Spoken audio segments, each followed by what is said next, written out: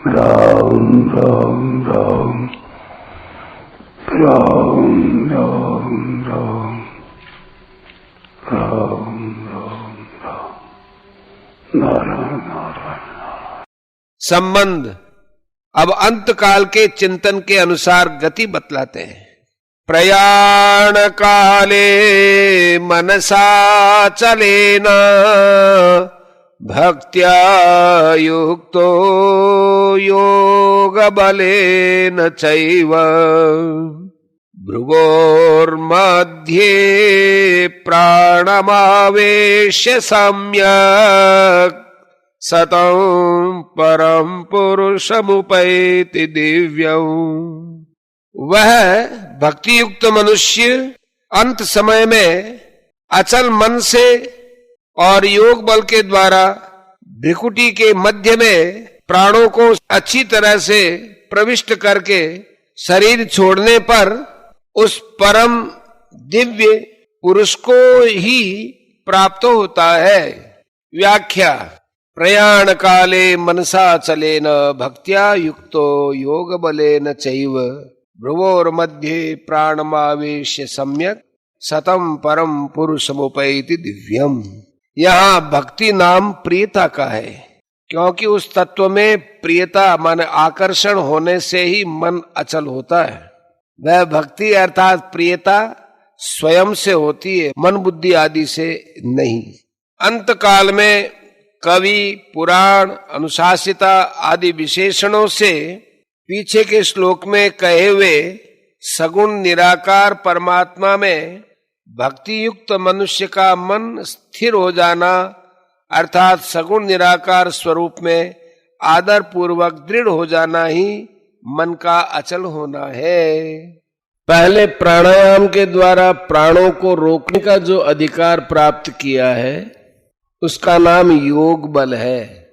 उस योग बल के द्वारा दोनों भ्रुवों के मध्य भाग में स्थित जो द्विदल चक्र है उसमें स्थित सुषुम्ना नाड़ी में प्राणों को अच्छी तरह से प्रवेश करके वह शरीर छोड़कर 10वें द्वार से होकर परम दिव्य पुरुष को प्राप्त हो जाता है।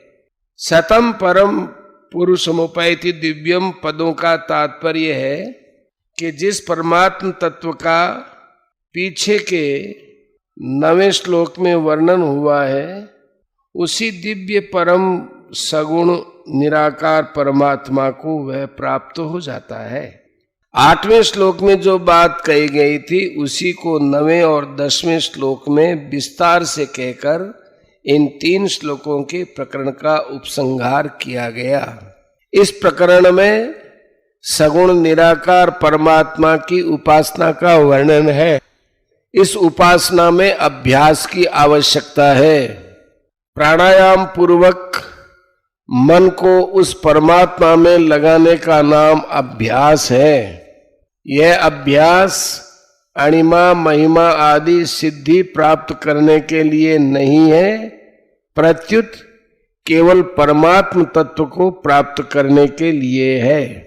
ऐसा अभ्यास करते हुए प्राणों और मन पर ऐसा अधिकार प्राप्त कर ले कि जब चाहे प्राणों को रोक ले और मन को जब चाहे तभी तथा जहां चाहे वहां लगा ले। जो ऐसा अधिकार प्राप्त कर लेता है वही अंत काल में प्राणों को सुषुम्ना नाड़ी में प्रविष्ट कर सकता है। कारण कि जब अभ्यास काल में भी मन को संसार से हटाकर परमात्मा में लगाने में साधक को कठिनता का असमर्थता का अनुभव होता है, तब अंतकाल जैसे कठिन समय में मन को लगाना साधारण आदमी का काम नहीं है। जिसके पास पहले से योग बल है वही अंत समय में मन को परमात्मा में लगा सकता है और प्राणों को सुषुम्ना नाड़ी में प्रवेश करा सकता है। साधक पहले यह निश्चय कर ले कि अज्ञान से परे सबसे अतीत जो परमात्म तत्व है वह सबका प्रकाशक, सबका आधार और सबको सत्ता स्फूर्ति देने वाला निर्विकार तत्व है, उस तत्व में ही प्रियता होनी चाहिए, मन का आकर्षण होना चाहिए, फिर उसमें स्वाभाविक मन लगेगा। परिशिष्ट भाव भक्त्या युक्त का तात्पर्य है कि संसार की आसक्ति मिट जाने से उस साधक का एक परमात्मा में ही आकर्षण रहता है, अन्य में आकर्षण नहीं रहता। संसारी मनुष्य तो अपरा में आकृष्ट रहते हैं, पर जो अपरा को छोड़कर भगवान में आकृष्ट हो जाता है वो भक्त हो जाता है।